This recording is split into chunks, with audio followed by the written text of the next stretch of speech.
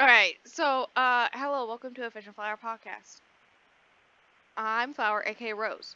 I'm trying to remember the intro of this podcast because it's been like 2.5 weeks since we recorded. Um, uh, my fun fact is one, I'm home from vacation. Two, somebody's birthday present was packaged up today and has been confirmed to be taken to the post office early next week. Okay. So it shall show up at somebody's house in their actual birth month That's crazy. and not in Easter. I sent you mail, by the way. You sent me mail? Okay, it hasn't come yet. Yeah. That's so official because you asked me. You Agreed. got mail, Jerica got mail, and my friend Kendall got mail, and the fact that you received it is so big. Yeah, no, the only mail I got while I was gone is my health insurance, the state health insurance being like, hey, who's your doctor? Because I have to do that, like, update that info every year, and I'm like, still don't got one. That's the only I mail I want to got. actually reopen the mail. I Okay, think you'll thoroughly enjoy the mail. okay. Do your intro. My name is Fish, aka Stingray, and well, I haven't told myself. That's all you get. You may think this is a bookish podcast, but actually, it's all to make sure that the fish hasn't killed themselves. You're not wrong. Bookish podcast? No. Suicide watch? Yes. Excuse me as I make dark jokes. Okay. You ready to actually talk about this movie? Sure. This is a stream of conscious podcast very similar to how we talk to each other on a daily basis. On today's episode, we have the Gone Girl movie. This is why I talked about the package, because in the package is a Gone Girl book, because I did buy it at a thrift store for 25 cents. 3 years ago, the fish made me read it in a vlog end of last year, around this time last year, actually. That's hilarious. It does not feel like fall yet. And then obviously their birthday came around, and I was like, hey, you don't own this book, right? And you really love this book. I send. And here we are now. iTunes, I'm not updating you. Shut up. Having someone actually use my fucking pronouns after the horrendous amount of time that you've been gone, is like, whoa. Because people will not stop referring to me as a person. People will not stop perceiving me, Ebine. That's so rude. No, it's great because If I perceive one more time, I will do something drastic. Bestie also uses the right pronouns for you, so, we love that. Because I think the last time I hung out with Bestie was... She loses 10 points and she gains a point. I'm like, where are we at? I think the last time I, spent a significant amount of time with Bestie, I think it was before you fully went into, the they-them train. And I was so used to using she pronouns around my family, just to make it fucking easier for those psychos. But literally my mom was talking about you and used she pronouns for you, and I was like, huh? What the hell are you talking about? My brain had a short circuit for 10 seconds. I was like, huh? Yeah, and then sister's the same way, where she'll use they pronouns when it's just me and her. But if it's around the rest of the family, she'll use she because... At least my mother. I really don't think my parents would care. They would just be like, cool, person. No, why was your mother speaking about me? I want to know. I've honestly forget. We were talking about something to do with, I think, dogs. That's why. Oh. Or do you have a dog? I do. Yeah. My name's Ebine. Oh, Ray. But I don't know why I keep calling you Ebine. That's not your name. Eberner Nene. For real. This is why we have to start recording the podcast earlier in the day. Because, God, it's already 2 p.m. and I have to edit this today. And I need a graphic, by the way. Okay. That rhymed and I'm hilarious for that. In my defense, it's nobody's fault. It's my sleep schedule's fault. I'm still on San Diego time. That's why this is being recorded late. I mean, it's also kind of my fault because, well, I haven't done anything at all this month before the podcast kind of got we're behind because I haven't consumed any content. That's fine. I don't want to consume content. I want to just sleep. Um, I don't want anything. I want the void. The Void, yes. So, this movie mainly follows, Nick and Amy Dunn. Dunn? Is that how it's pronounced? I literally just Yeah. watched this movie, and now looking at it, I want to say Dune, but it's Dunn. Nick is played by Ben Affleck, which I should mention the only thing I've seen Ben Affleck in is as Batman in the The only thing Justice I've League seen and this Batman v him in is Superman this, I movies. think. I So, actually know the first time I watched this, I was like 14 on the fucking TV in the living room. also, the fact that Amy's ex, we'll get to it, is played by Neil Patrick Harris. That was so weird to me. I was like, I can't believe this because I know Neil Patrick Harris is gay. So like, this is Oh no, he's you know what movie? What other movie he's in? what? Fucking Beastly. Oh yes, I remember that. Yes, he's blind tutor. Yep. I should watch Beastly again. I should do. And then Amy Dune is played by Rosamund Pike. I know infamously from the grade A film Pride and Prejudice. I've only ever seen both of these people, the main characters, and Gone Girl. Yeah, I know her mostly from Pride and Prejudice 2005. No, you know Joe what? Wright There's edition. sex so early on in this movie, right? I didn't rewatch it, by the way. And imagine, like, 13, 14-year-old me watching this fucking movie in the living room on the TV with my mother 2 steps away. I was like, oh my god, why are they banging? Yeah, that's a decision to make. I No. didn't know I didn't see it at that time.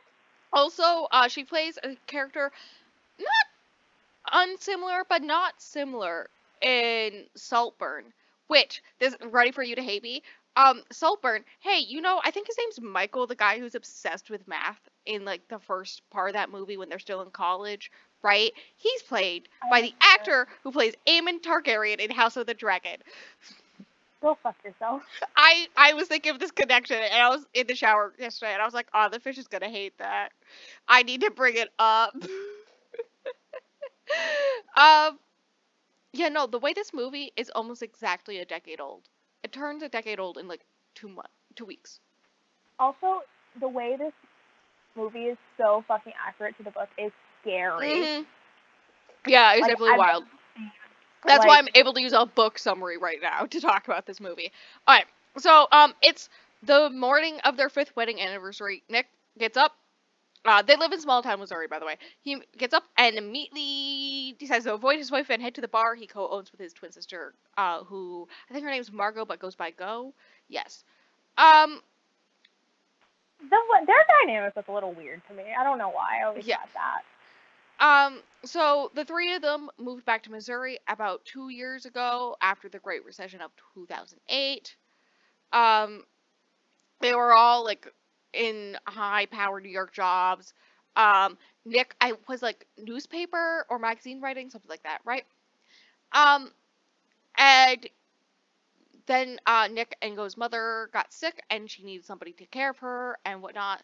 And Amy, who is a lifelong Manhattanite, and the only daughter of successful writers of the Amazing Amy novel franchise, which is like a bunch of books low-key based off of Amy and her childhood, right? And Not just her, but like 10 times romanticized. yeah, which is kind of fucked. and like how her parents basically took her identity and bastardized it into and cannibalized it into this book series that became really popular, and like she had like stalkers because of it growing up, and a bunch of other stuff around it. Like there was like people would laugh at her because Amazing Amy got married before actual Amy did, and all this stuff. And it's like, she's a fucking human being, not a character in a book. That's like, what? Anyways, she agrees on the move because her parents lost all their money and quote unquote had to borrow. I don't know how legal that is. $650,000 from her trust fund. That's a lot of money. I can't even fathom that much money, so I don't even, like, I can't even, like, have a gauge for how much money that actually is. I know, right? Um, so they've been arguing constantly since he lost his job. And Amy believed that the move to Missouri was supposed to fix things, like change up everything, blah blah blah. They are clearly both miserable in this marriage, right? But they are maintaining a public image of happiness and all this stuff. So, uh, basically, Nick spends the day in his bar. He didn't get his wife anything for their anniversary. Blah blah Like, blah. I'm sorry, that, like, honestly, I kind of, like, I understand what's happening here, but, like, if I had a wife, imagine, like, I could never imagine missing a wedding anniversary. Like, I know, right? men. Fucking men. So afterwards, he returns to the home to find the cat has escaped and the front door is swinging open, and goes inside to find a bunch of blood and a bunch of stuff tipped over, and Amy is missing. Um, so a lot of the book jumps between the present day troubles of Nick and Amy's disappearance and trying to find her and all that weird shit, mixed with Amy's diary from her life. Supposedly. And throughout, One yes, thing I love about throughout this, you learn that, like, you assume that they're the same story, right? But a lot of hers is manufactured and supposed to look a certain way to police. We learn that they had a giddy start with a relationship. I think they met at, like, a high society party type thing. Yes, at a party. But one of the things that, like, really, like, does it for me for this is the fact that we have an unreliable narrator, and you know I eat that shit up. Yes. So the police suspect he might have murdered her. Because there's a lot of blood. They think she's dead. She must be dead, right? Nick is very stressed. And the police notice this. And he knows that they notice this, but he's stressed because he knows that their first thought is going to be him because it's always the husband. So he's stressed out by it, and then they notice that he's stressed, and it's just this constant cycle. So he is talking to police, and his wife has left him a unusual anniversary surprise, which is usually an increasingly passive-aggressive treasure hunt. I love her for that. So throughout the book, he's trying to decode. I love aggressiveness. Yeah, he tries to decode all her messages, with the police's help. Like, they're kind of low-key following him, to figure out, like, her last steps, right? And it's all, like, supposed to lead because, like, the police are obviously following him as he's following these clues, right? And the clues are blatantly showing, how he's been a failure as a husband. I think one of the best examples, quote me if I'm wrong on this, but I remember this in the book where one of the clues takes him to his office because he's also a professor, college professor, and he and talks about in the note this time they had sex in his office, but they never had sex in the office. It was the time he had sex in the office with his mistress. Yeah. And so that's how he learns that his wife knew. Who was a student? It was one of his students, right? Like, how more cliche could you get? Like, you're already pretentious. You're a pretentious asshole, and you're a cliche on top of that. Like, this is where I come and talk about, like, books, because the actress who plays the mistress, the student who's his girlfriend, is Emily Ratajkowski. I can't pronounce her last name. She does have, I think it's called My Body, a memoir called My Body, about her experience being a model, and how she's always been sexualized because of that, and her experiences with that, and romance, and all that stuff. Anyways, it's a really good memoir. Like, I cried. I sobbed. Okay? So I recommend. I forgot that she was in this, and I was like, oh, damn. So, yeah. So this also is happening. the underwritten office, that, like, I know, right? And the police are so as the police are following him as he's doing this, they're getting more evidence that implicates Nick in her disappearance. Um, and he's also getting calls on his burner cell phone that he's not suspiciously at all silencing. Um, Like, imagine having a fucking burner phone. Like, I know, right? what are So you obviously doing? pretty um Midwest middle class woman, white woman goes missing. Obviously the press are gonna jump on it, but on top of the fact that she is also amazing Amy, obviously the press is gonna be really big into it, and they immediately start vilifying Nick. Um, which he does not help the situation. God, I remember this. It's so vivid in Oh my my god, mind. yeah. The scene where they're like asking him questions, and he's all like in front of the camera. He's like, "Please call this number if you know anything about my wife's disappearance." And they're like, the paparazzi or whatever are taking photos of him, like, and the news stations and all this stuff are taking photos of him, and he's just standing there smiling. Also, every time he talks, it's like the most monotone, emotionless thing ever, too. That does not help him. Yeah, yeah. Hmm. Like, I think that's just how Ben Affleck talks. So like, perfect acting. I don't know. I've never. This is the only thing I've ever seen him in. I don't know anything He about does the same that. thing for Batman, so I was just like, okay. At least the Batmans I've seen him in, right? I don't know. I don't Uh, know. I thought everybody in this movie was really good, but what do I know about movies? uh-huh. So Amy's parents obviously come to town to help the search, and initially they're very supportive of him.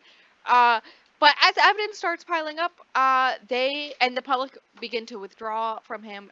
Yeah, they very publicly started withdrawal from him, and that causes the media then to like more of a frenzy, right? Um, Mhm. so the police find huge amounts of unpaid credit card debt and a staged looking crime scene and badly clean traces of blood in Nick and Amy's kitchen. Um so also there's this friend that Amy has. I put friend in quotes, that she befriended, who says that Amy was pregnant and she was scared of Nick and she tried to purchase a gun at the abandoned mall because she didn't feel safe. Um, so he's all like, these credit cards aren't me. Like, this is obviously fraud. I did get credit cards in my name, but that's because Amy made me sign, like, all this stuff, right? Um, yeah, we'll get to that in a second. So, we eventually learn who's been calling Nick.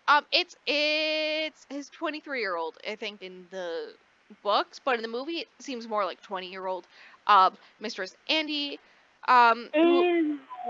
who he's been I'm cheating sorry, with. I just paused. I just thought about if I was Andy, disregarding the fact he's a man. If ugh. And then Mhm. including the fact he's a man, ugh. Yep. So, he's been cheating on Amy for 2 years with her. Ew. Can you Um, hear this cat? no. Um, Kiki, Amy's diaries are, giving, Kiki. a detailed description of the marriage in a rapid decline, um, including full-fledged accusations of mental and physical abuse. Um, so, I probably should have mentioned this earlier, but there's a scene in, like in the beginning of the movie where it's like the happy day, you know, with when they walk through when the bakery people are like moving the sugar and there's like sugar in the air and then he wipes the sugar off her lips and then he kisses her, right? I fucking love that. I don't know why. I think about that a lot, especially now that we've been talking about it a lot. I'm just like, I love that. so, Does the sugar really fly through the air when they move the sugar bags like that? Like, it makes sense that it would, but like, I don't know. Nick, who's growing desperate as, everyone from talk show host to his parent, his in-laws are declaring him guilty, he hires the famous savior of wife killers defense lawyer, Tanner Bolt. Um, so on his That's way, such a funny name, Tanner Bolt. Like, I know, right? Who's in New York, so when he's flying back from New York, he figures out the answer to Amy's last clue, which is basically, that he's supposed to go to the woodshed on Go's property. Um, yeah. Uh, so in that woodshed is all the stuff that was bought with those credit cards, showing like it's on his sister's property. So it's supposed to be like, hey, I lied to you. This is stuff that I bought, and this is why I killed my wife for the life support, or not life support. You know what I'm trying to talk about. Life insurance. Life insurance. Yeah, I got there. Making bread. Anyways, Making bread. Amy's last diary entry states that she's afraid Nick will kill her, and he's literally like, "That's convenient." Literally, that's what he says to the police. I'm like, sir, you're so bad at this. Well, he's not wrong. So, then the narrative switches to Amy present day, in which we learn she has deliberately framed Nick, and knew about his infidelity, which we can tell from her talking about that, having sex in the, office when they never did, right? You know what I love about this, though? It's the fact that the whole time Nick knew that Amy was fucking with him, right? Because at the end of the day, they're not good for each other, but they know each other so well. That's like the whole point of the end of the movie, yeah, or book, whichever one. Oh, I love it.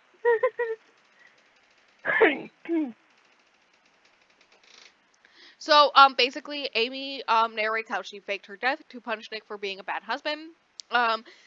She meticulously set up false evidence of abusive pregnancy, including fabricating all the previous diary entries that you have read or listened to if you're watching the movie.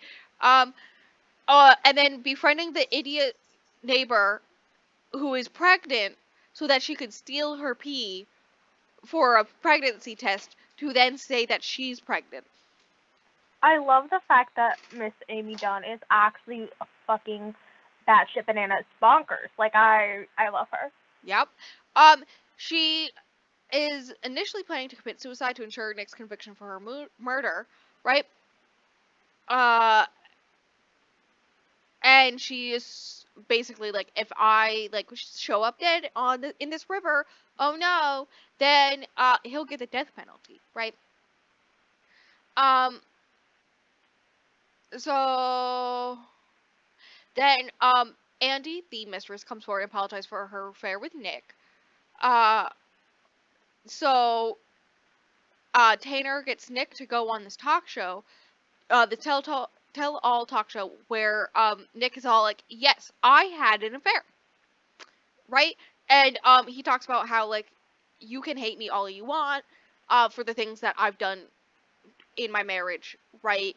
But, like, I just want my wife back. You don't send hate to all these other people, including my mistress, or my in-laws, or my parents, or my sister. Like, it's about finding my wife. And then he's arrested because they find the murder weapon. Yeah. In the woodshed. Like, hear me out. I feel like Nick is stupid, don't get me wrong, but I don't feel like he's that stupid to, like... Yeah, no, his whole point of his character is that, like, he thinks he's smarter than he really is, and this whole time, Amy proves to him that he's really not that smart. Yeah, because he's just a... Because, like, when you see their first meeting, she's very much, like, making him believe that he's the smart one. That was, like, the beginning of the relationship. And all this stuff. Anyway, she's hiding out in a cabin, where she's planning to watch, Nick's trial by public opinion. Except her neighbors are Jeff and Greta, promptly steal her money. And so then she panic calls, well, not really panic calls, but she panics and then comes up with a new plan where she calls up, Desi Collings, a former boyfriend of hers, who's always been obsessed with her. Like, there's things where she's brought up. Simulator. She, brings up to, like, multiple other people how he would stalk her, or, like, he tried to kill her once, and all this other stuff. And Nick, when he learns about all this, he's like, one, I didn't know about any of that. Like, there was also another thing where the police were suspicious of him, and he's like, I don't know my wife's blood type. So funny. But there's also a thing where she's done this to other men, too. Yeah, no, it's like, everyone else is all like, when they, like, talk about all this stuff that she's told all these other people about Desi, everyone was like, oh my god, you don't know about this to him? But he's all like, wait a second, I'm not the first person she's done this to, right? So Desi swoops in to There's save at least her. 2 other people besides him and Desi, right? I know, right? Where he basically imprisons her in his luxurious lake house, threatening to call the cops if she leaves. So she watches another interview Nick gives, saying how sorry he is and how much he loves Amy. And he brings up, I don't remember the exact quote. It's really well done. It's really well done. Where he's talking in the interview about the woodshed and all this stuff, right? And he says it in just a way where everyone else watching will just be like, okay, so he misses his wife and he feels bad about everything. But her watching will understand him going, to just her, a message to just her of being like, I know everything now and I don't care. It's my fault. I was a bad husband and I still love you and I see you.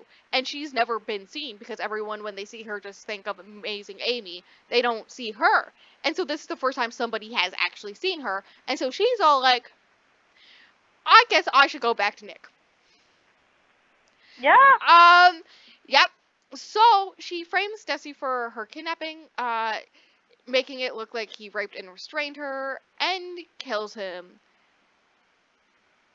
And then she drives back to their home and runs into his arms in front of the press. This is like one of Covered in those. blood. Yeah, and Don't covered in forget blood. that part. Also there was like the way it's shot, right, in the movie. She parks the car, and the press is like Doesn't she park like in the fucking lawn? partially, and the press is like on the street, right? And instead of walking in front of the car, like in the front of the car, so that she can be slightly hidden from the press and the photos and whatnot, right? She instead walked behind the car, right in front of all the press, so they can take all these photos of her covered in like this nightgown covered in blood, right? Running into Nick's arms. Yep. Mm-hmm. So she That's what manipulates she's doing. her. Yeah, she manipulates her return to fit her narrative. The police are now suspicious of her. They're like, wait a second. And also Desi's mom is all like, my son would never do this. And Nick's all like, I've been framed. Amy's detailed planning leaves little room for doubt that her story is true. But she still worried Nick will leave her, right? So she uses sperm that he stored years ago to get herself pregnant. So that he can't. Like, that's crazy. Yeah, so that he can't leave her. And then they each write a memoir about their experience. Amy's is called Amazing, after her parents' fictional version of her, and Nick's is called Psycho Bitch.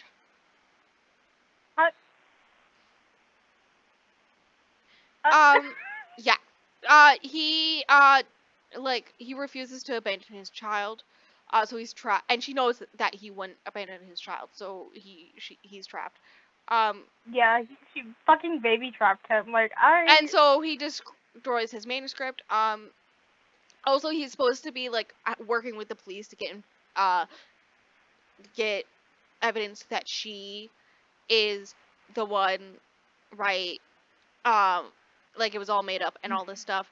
And so now on top of this, the whole media view of it all is that this woman was kidnapped by her ex, and her husband managed to get her back. She managed to escape, go back to her husband, and now they're happily having a child, right?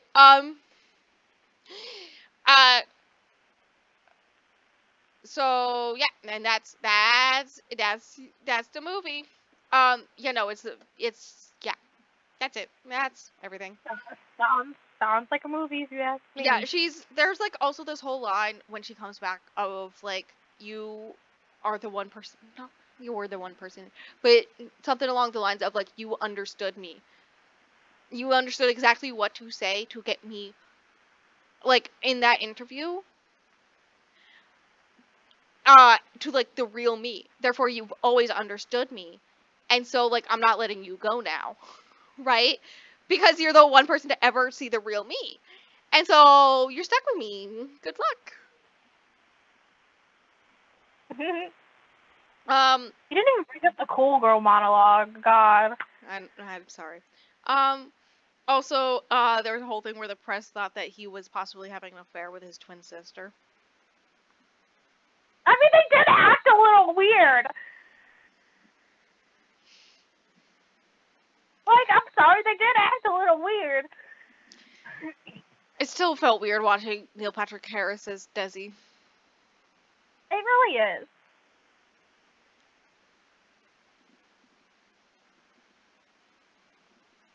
I thought, see, now I wish I would have watched it. Like, but at the It's a same time, long ass movie. I absorbed the story so much that it's like. I get to a long ass movie though because it's a long ass book. It's like over 500 pages, and it's like almost word for word adaptation. So it makes sense why it's a long ass movie. I'm just sitting here like, God, if I'm gonna watch a movie, that long, I might as well just sit down and watch all 3 Lord of the Rings extended editions. Oh my God. Or the Snyder Cut. I'm ignoring that. Who? Do you know I'm a fucking nerd? I know you are. David Fincher. I don't know who that is. Who are we? That's David the director. Fincher? What else has he directed? Fight Club is probably the most well-known thing. The third Alien movie. The Girl with the Dragon Tattoo, Haven't Seven, seen The Killer. The Curious Case of Benjamin Button. Yeah. Yeah. I mean, there's a lot of movies. Mm-hmm. He's known for doing psychological thrillers, which makes sense for this adaptation. I mean, he did a good job. I think it was a mix of a good job of the director and also the writers doing both. I definitely had a feeling that I don't know if Gillian Flynn was on the writing team, but it definitely felt like both the writers and the director had read the book and knew what they were going to do with every scene before they started filming. Yeah. They had a detailed plan of everything they were going to do for every scene before they started filming, to make it accurate adaptation, which I love. I love when whoever is directing and or writing it has actually read the media it's based off of. Hear me out. I agree. I saw something the other day that they're making another adaptation of the picture of Dorian Gray, but they're making Dorian and Basil brothers. I was like, what? I don't know why I just thought about that, because apparently people don't read anything, I guess. But also the director who's doing it is gay. Like, what are we doing? How do you... Do we have no media literacy? Like... That's like making a non-lesbian Carmilla. This is not possible. This is not fucking possible. I know, right?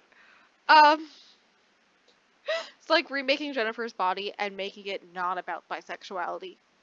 This is not possible. Hello? Oh my god. I would like to know this is the only thing of this whole entire month that is also Bi Visibility Month that isn't bisexual. Which, I would like to know, Amy does give me the vibes of in college she experimented. Yeah, no, especially because men thinks it's hot. That sounds like something she would do. Yeah. To manipulate, get men to see her in a certain light. Because that was a whole thing about her personality that I didn't get into, where she would rearrange herself to be what the man wanted, right? And so that's why the whole Nick seeing the real her, knowing exactly what to say to her personally hit so hard, and that's why she's like, you are mine, is because he's the only one who's seen through all the facades and went, I want you. So, if you know what it reminds me of? It reminds me of Tales of Flower Bride. You are so right. Oh my god. Because that's a similar aspect of that one. That was just more fantasy. I fear that it's a bit concerning that I do in fact relate to Miss Amy Dunn. Oh no. Don't do that. That's bad. Listen, I wouldn't blame anybody for murder, but if I was her, I would have followed through on the last part of my plan. But at the same time, maybe not. But I feel like I'd be more likely to actually follow through on my plan. But also, if someone saw me like that, yeah, I would also, what's the lesbian version of baby trapping? Yeah, no. I love how the people who watch this, you should also watch The Woman in the Window, which I didn't watch. But The Girl on the Train, which I did watch, and I was like, about.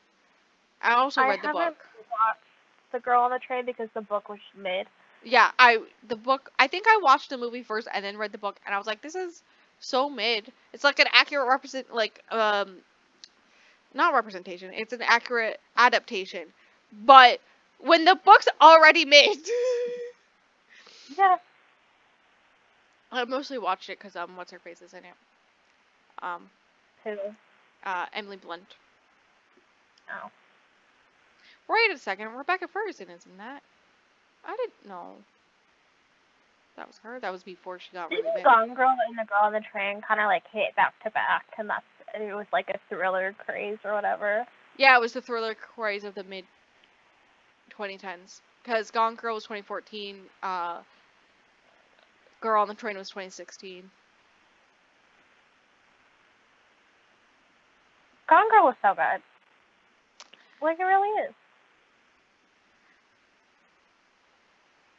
Yeah, now I'm just sitting here thinking about the fact I do in fact relate to Amy. Yeah, we get it as fucking bonkers. Like, okay.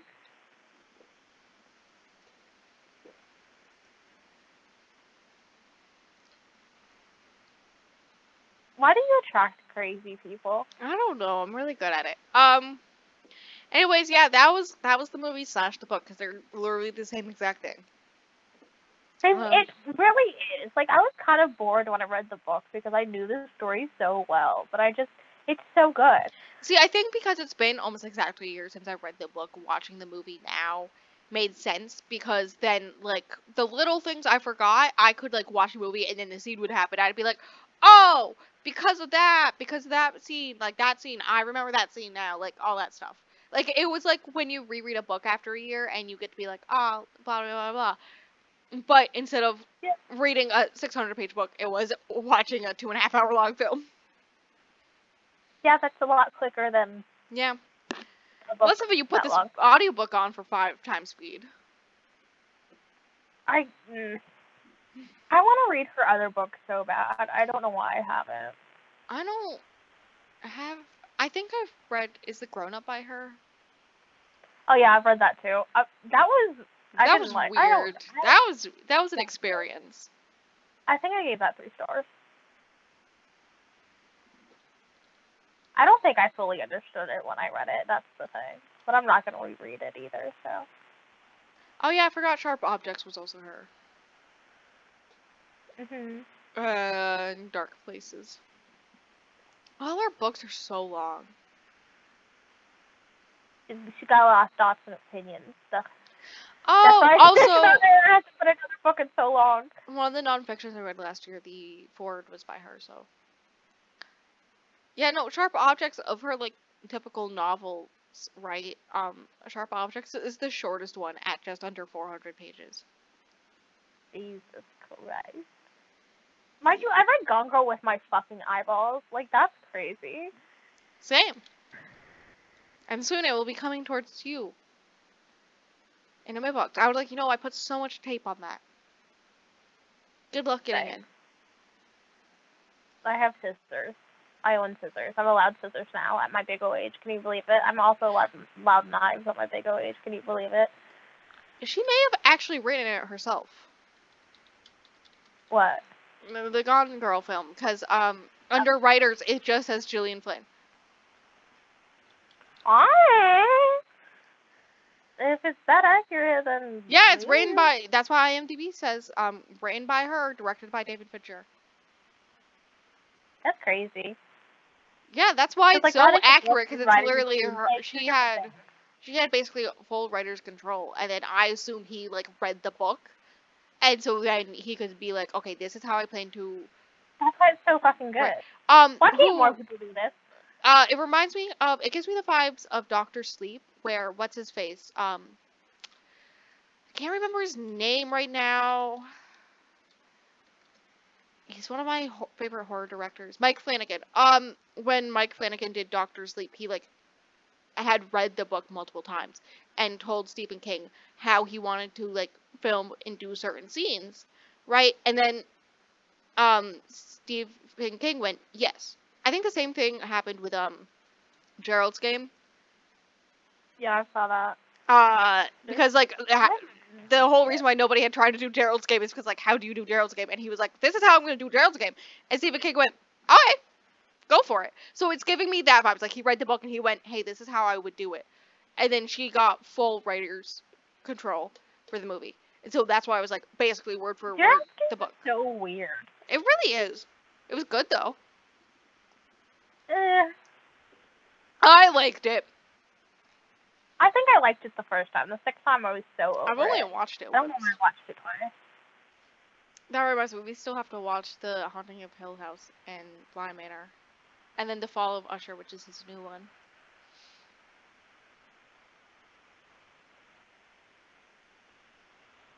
Anyways. It's time or almost time to reread Carmilla, and I just want to reread Carmilla and cry. But I also just don't want to do anything. I feel that. Alright, we've talked nonsense for like... I haven't read The Wicker King this month. I'm so proud. Let that sink in. We've talked for like 10 minutes about nonsense after recording for 36 minutes. Well... We're madness. The benefit of movie episodes is they get to be shorter. Yeah. The side effect of movie episodes is we have to both get together to watch a movie, which is difficult when one of us has been on a plane / in airports for over 12 hours the day before. Mm-hmm. Oh my god, are you liking my picture of the dog that I sent that you never liked? Yes, because I didn't open your fucking message. I noticed. Yeah, my puppy was cuddling me this morning / early afternoon because me have migraine, so now I get to go edit this bad boy. Have fun with that. And I will, yeah. It's gonna be interesting. We need to close that episode off, don't we? Yes. Me promoting things. Episodes Fridays. They are still happening. October's all planned. Half this, the fish only has to read one book for October.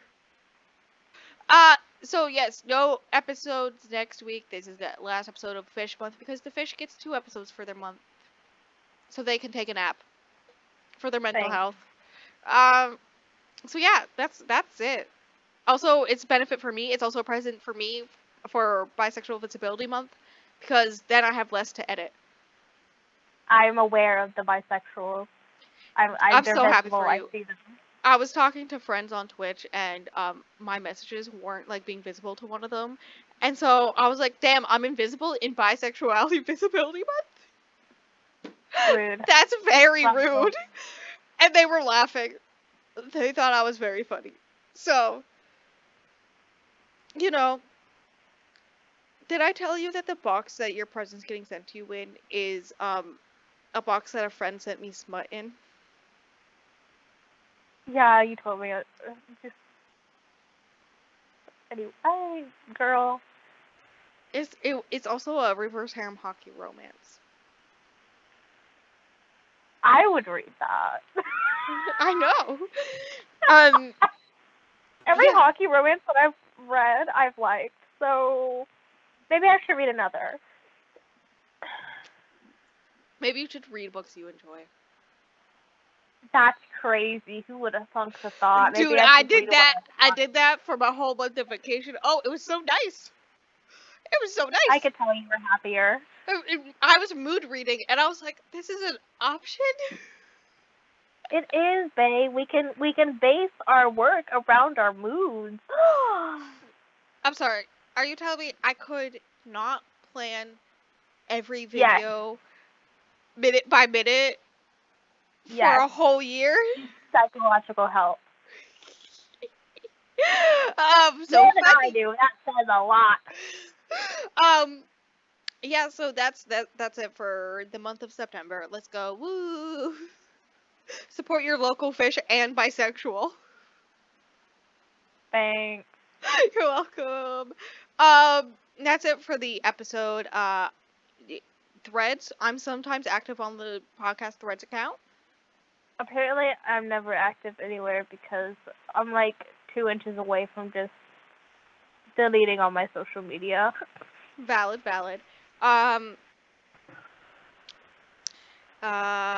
What else do I have to promote? Links of everything below. If you're watching this on YouTube, there is a playlist of movie/TV episodes of the podcast, and this will be in it, and I'll have the playlist up above in the cards. That's a whole thing. Hey, guess what? What? It was my birthday this month, and there's an Amazon wish list in my link tree. Oh, yeah, that is a thing. I don't need. Buy me shit I don't need. I would love you. I would fall in love with you. I would kiss you on the mouth. What was that unless book? You're a man. What was that random book I saw for free? That was like, I don't remember what it was, but I was like, what if I bought this for you for your birthday? And you were like, I would kill myself. Remember that? I saw it outside of a thrift store for free. It was something. I don't remember what book it was, though. Yeah, I know, me neither, but it was like so funny. I also could have bought you vinyl. I kept on seeing vinyls everywhere, and I was like, wow. If only they didn't complain all the time about not having enough room for their vinyls, or else. I don't have enough room for nothing in this tiny ass box ass bitch ass room. Hi, puppy. You want to say goodbye to the people? It's a box. Like, I close my door, it's a fucking box. My room is a legit square. Well, time to end the episode because Bella just kissed my mic to say goodbye to everybody. Oh my gosh. And say happy birthday to the fish. You a cutie. Yes, you are. I know you're talking to the brother dog, but I'm gonna take that as for me. Okay. Do you have anything else to say? No. Thank you.